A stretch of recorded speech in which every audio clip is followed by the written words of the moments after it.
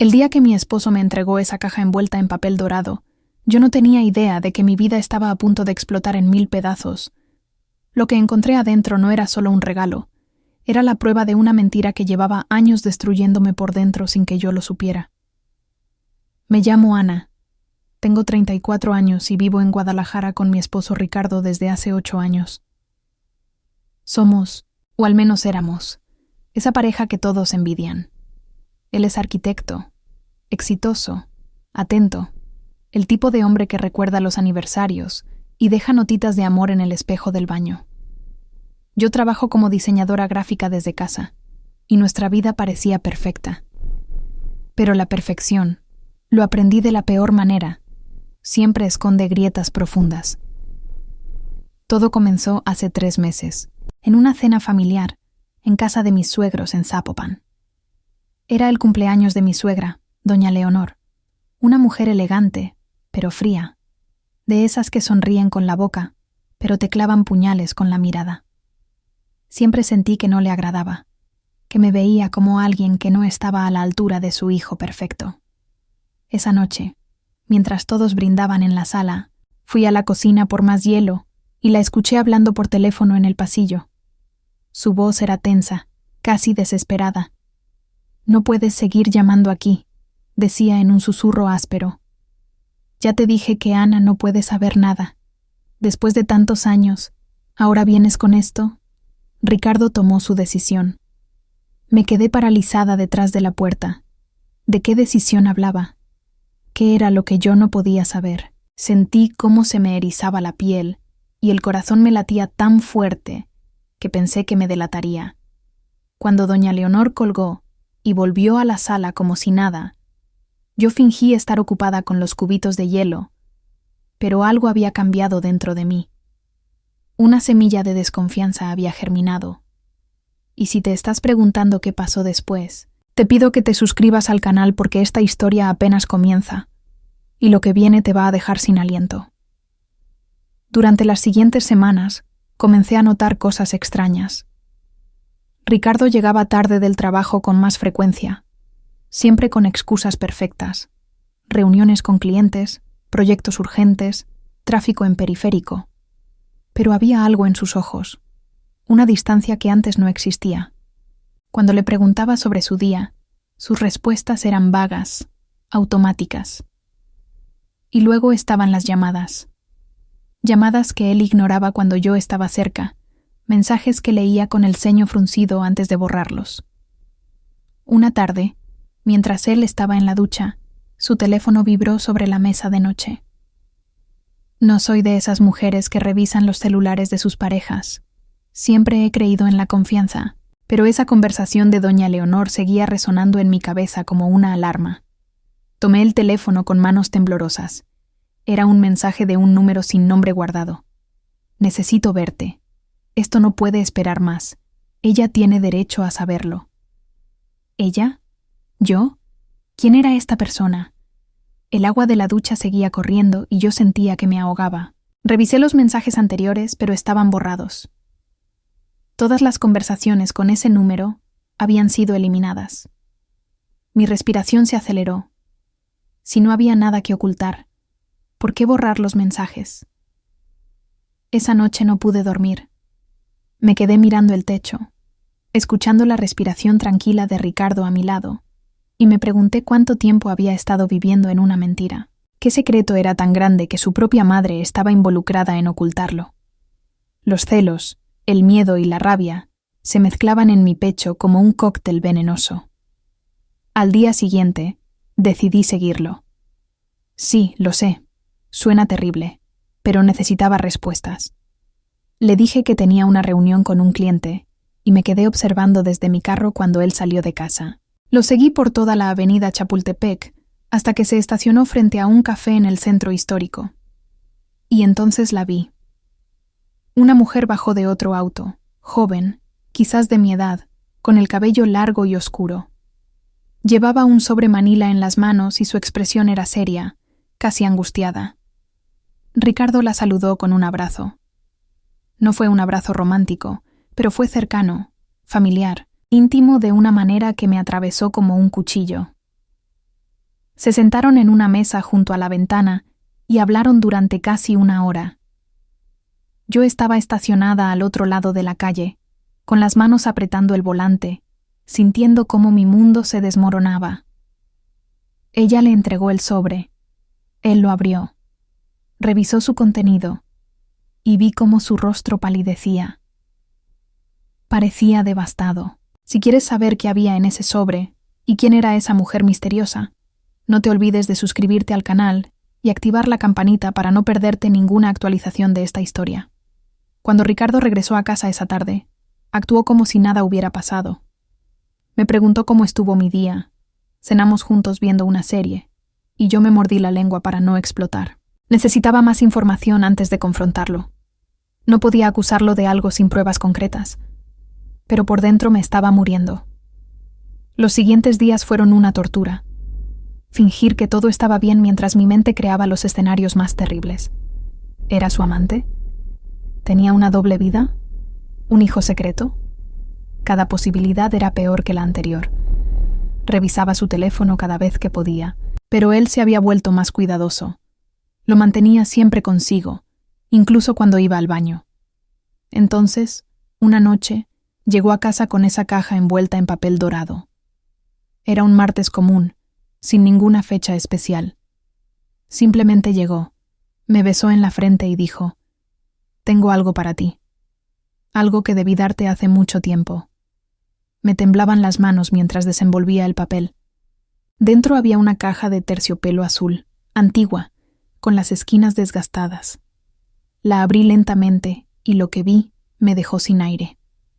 Era un collar, delicado y hermoso, con un dije en forma de mariposa hecho de oro blanco y pequeños diamantes.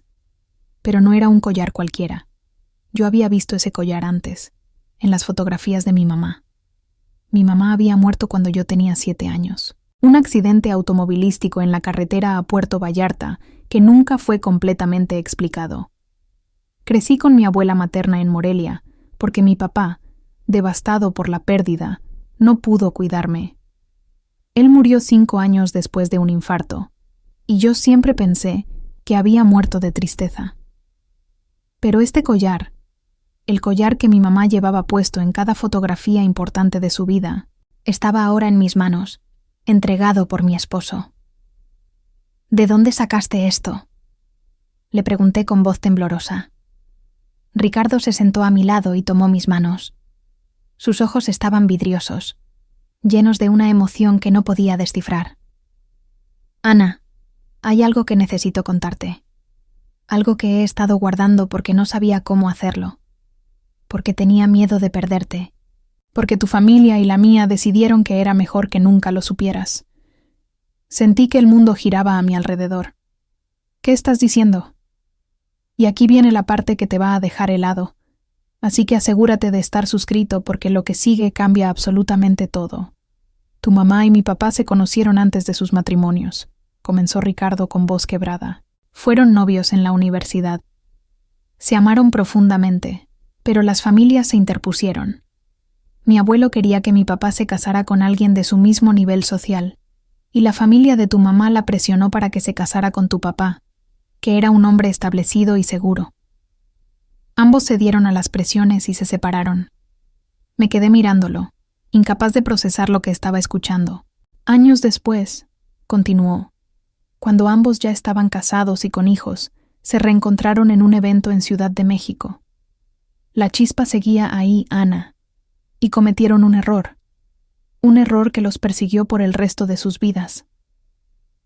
«¿Qué error?», susurré, aunque una parte de mí ya sabía la respuesta. Tuvieron una aventura breve, intensa, que duró apenas unos meses. Cuando tu mamá quedó embarazada, ambos entraron en pánico. Tu papá nunca supo que no era su hija biológica. Mi papá quiso hacerse responsable, pero tu mamá le rogó que se alejara, que nunca dijera nada, que te dejara crecer en paz. Y él aceptó, pero con el corazón destrozado. Las lágrimas corrían por mis mejillas sin que pudiera controlarlas. «¿Estás diciendo que somos hermanos?» «Medio hermanos», dijo él, y su voz se quebró completamente. Ana, cuando nos conocimos en esa conferencia de diseño hace 9 años, yo no tenía idea. Absolutamente ninguna idea. Te vi y fue amor a primera vista. Nos enamoramos, nos casamos, construimos esta vida juntos. Y hace 3 meses mi papá enfermó gravemente. En su lecho de muerte me confesó todo. Me mostró cartas de tu mamá, fotografías, documentos. Me dio ese collar que ella le había dejado antes de morir, pidiéndole que algún día te lo entregara cuando estuvieras lista para saber la verdad. Me puse de pie, tambaleándome. ¿Por qué no me lo dijiste antes? ¿Por qué seguiste fingiendo? Porque estaba aterrado, gritó él, y era la primera vez que lo veía perder el control de esa manera. Aterrado de perderte, de que me odiaras, de que esto destruyera lo que tenemos. Mi mamá me rogó que nunca te dijera nada, que siguiéramos con nuestras vidas como si no lo supiéramos. Pero esa mujer que viste es una investigadora privada que contraté para verificar todo, para hacer pruebas de ADN con las muestras que mi papá guardó. Necesitaba estar seguro antes de decirte algo. Y apenas pude articular la palabra. Es verdad, Ana. Somos medio hermanos. El mundo se detuvo.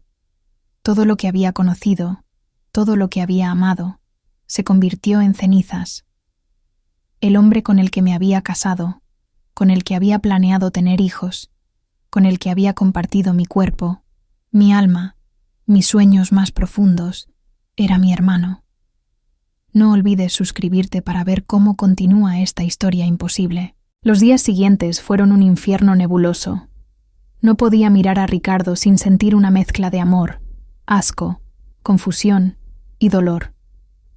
Él se mudó al cuarto de invitados sin que yo se lo pidiera. Ambos nos movíamos por la casa como fantasmas, sin saber cómo lidiar con esta verdad monstruosa. Mi mente no paraba de dar vueltas. Técnicamente no habíamos cometido incesto consciente. No había manera de que lo supiéramos. Pero ahora que lo sabíamos, ¿cómo seguir? ¿Cómo ignorar algo así? Y sin embargo, mi corazón seguía amándolo. 8 años de matrimonio no se borran de un día para otro, sin importar qué revelaciones terribles aparezcan. Doña Leonor apareció en mi puerta una semana después. La dejé entrar, no porque quisiera verla, sino porque necesitaba respuestas. Vine a pedirte que no destruyas a mi familia, dijo sin siquiera saludar. Esto puede quedarse entre nosotros. Nadie más tiene que saberlo.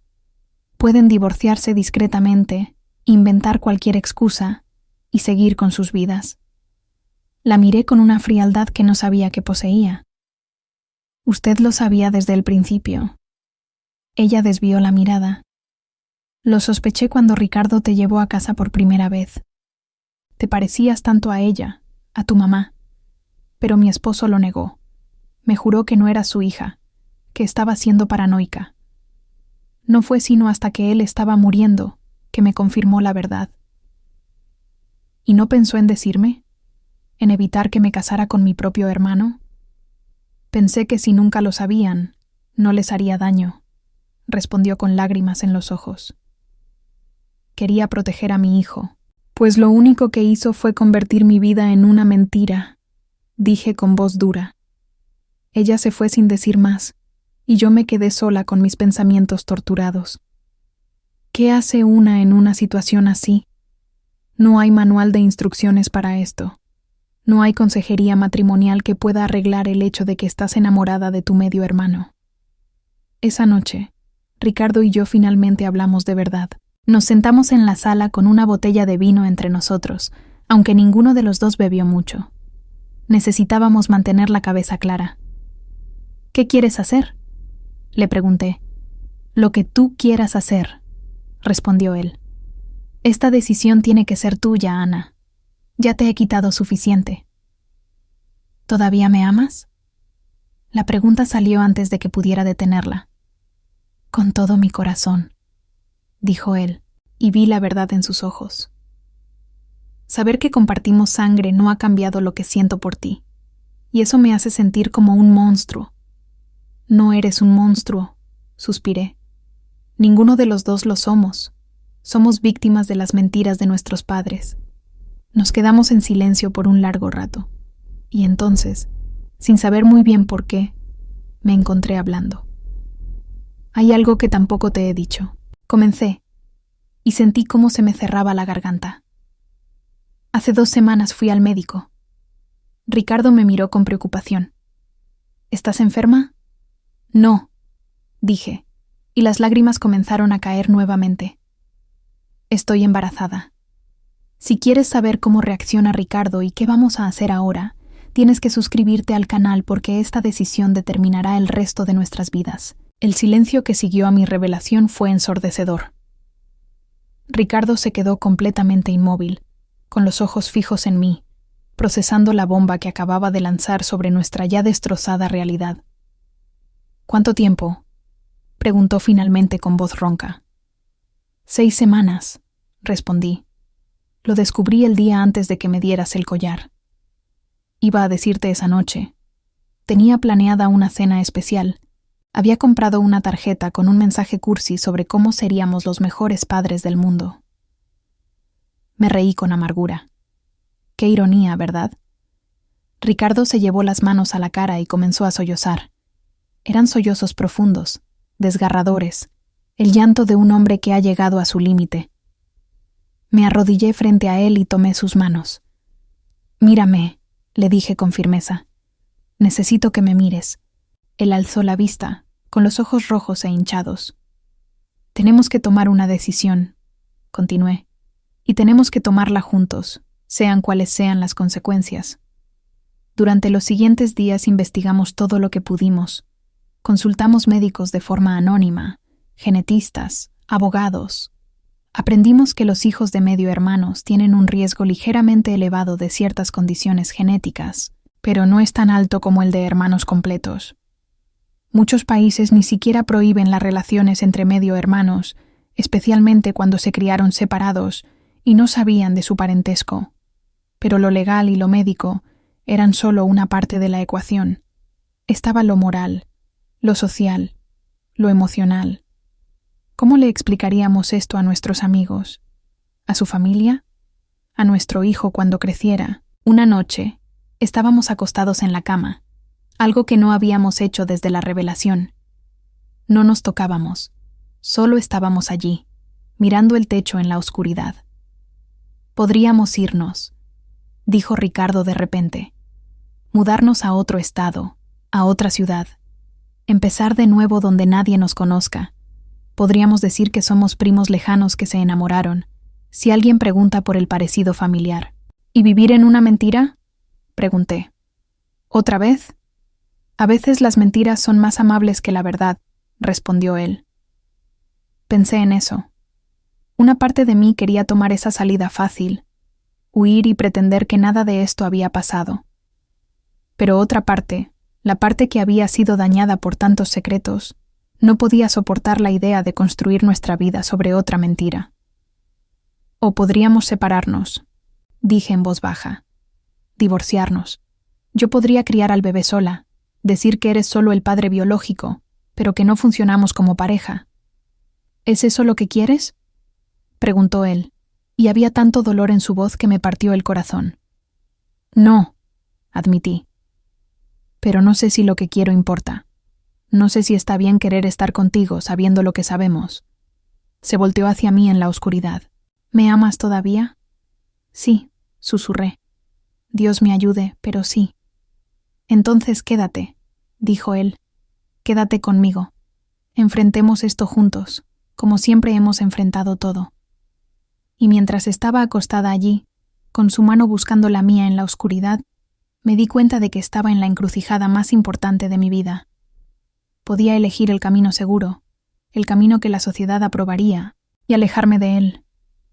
O podía elegir el amor, aunque fuera un amor complicado, prohibido, imposible de explicar. Suscríbete al canal para saber qué decisión tomé y cómo terminó todo esto. Han pasado 2 semanas desde esa conversación. 2 semanas en las que he pensado en todo, he llorado más de lo que creía posible, y he tratado de encontrar una respuesta que no existe, porque no hay una respuesta correcta aquí. Cualquier camino que tome estará lleno de dolor, juicio y consecuencias. Ayer fui a visitar la tumba de mi mamá por primera vez en años. Me arrodillé frente a la lápida y le hablé, preguntándole cómo pudo hacerme esto. Cómo pudo tomar decisiones que afectarían mi vida décadas después de su muerte. Pero también le agradecí por darme la vida, por amarme a su manera imperfecta, por dejarme ese collar que, aunque trajo esta verdad terrible, también me dio respuestas que necesitaba. Mientras estaba allí, sentí una paz extraña, como si ella me estuviera diciendo que el amor, incluso cuando es complicado, incluso cuando está envuelto en errores y secretos, sigue siendo amor, y el amor vale la pena pelear por él. Regresé a casa y encontré a Ricardo en la cocina, preparando la cena. Era un gesto simple, doméstico, lleno de la normalidad que tanto necesitábamos. Me miró cuando entré, con esperanza y miedo en los ojos. «Tenemos que hablar», le dije. Nos sentamos en la mesa de la cocina, el mismo lugar donde habíamos desayunado juntos miles de veces, donde habíamos planeado vacaciones y discutido sobre proyectos de remodelación y decidido qué serie ver en la noche.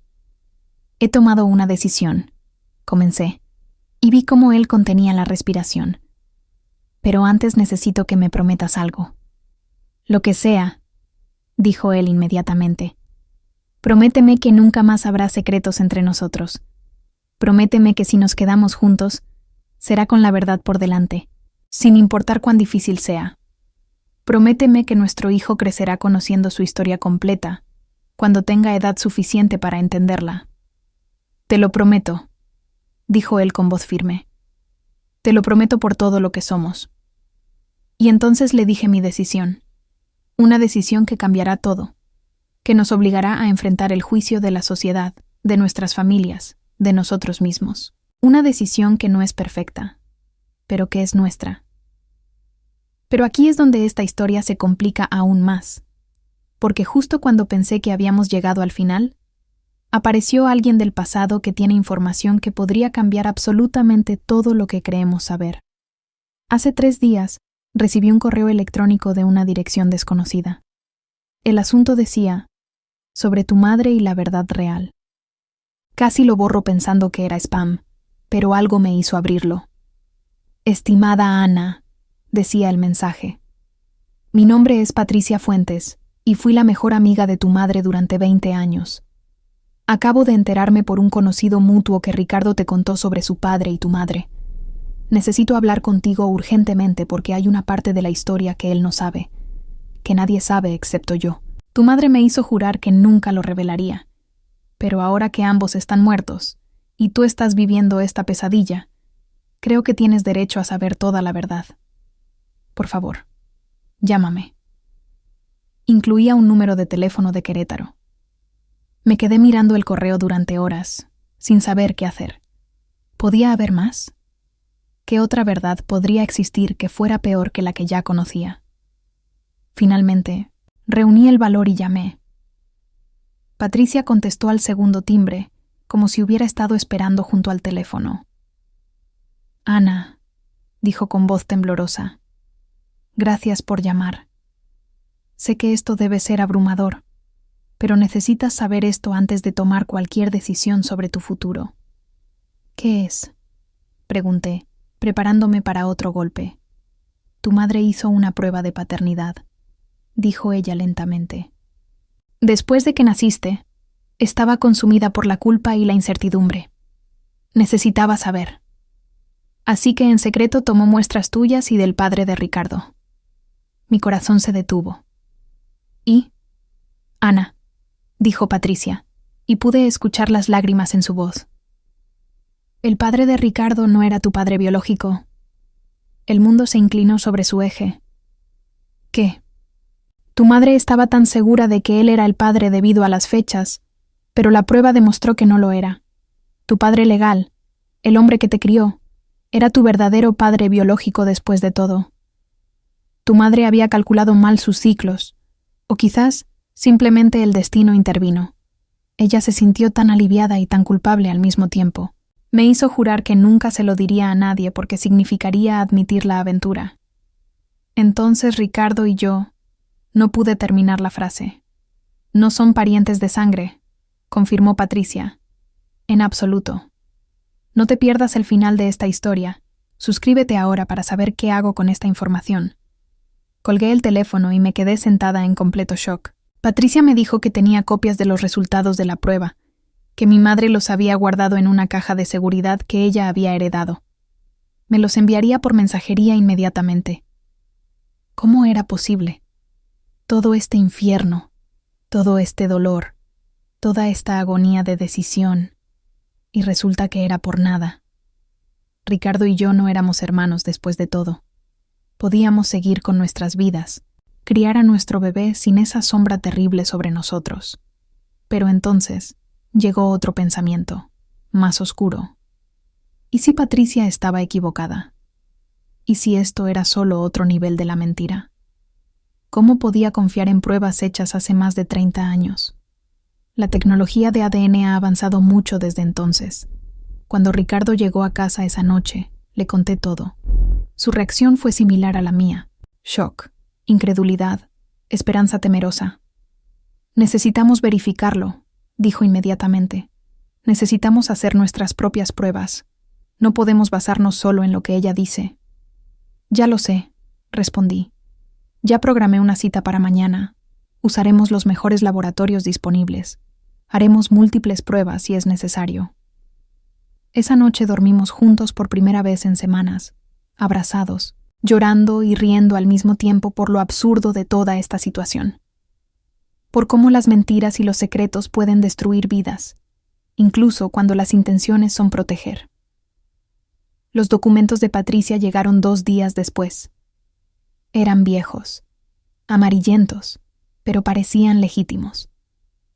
Resultados de laboratorio fechados 1 mes después de mi nacimiento, mostrando claramente que no había coincidencia entre mi ADN y el del padre de Ricardo. Había también una carta de mi madre, escrita a mano, dirigida a Patricia, donde expresaba su alivio y su confusión sobre qué hacer con esta información. Pero como Ricardo dijo, necesitábamos estar seguros. No podíamos construir nuestro futuro sobre papeles viejos y palabras de una desconocida, sin importar cuán bien intencionada fuera. Hicimos las pruebas. 3 laboratorios diferentes para estar absolutamente seguros. Y ahora, mientras escribo esto, estamos esperando los resultados. Deberían llegar en cualquier momento. La ironía de todo esto no se me escapa. Empezamos este viaje pensando que nuestro amor era puro y simple. Luego descubrimos que era imposible y prohibido. Y ahora existe la posibilidad de que todo haya sido un error monumental, otro secreto mal guardado por padres que creyeron que estaban haciendo lo correcto. ¿Sabes lo que es más loco de todo esto?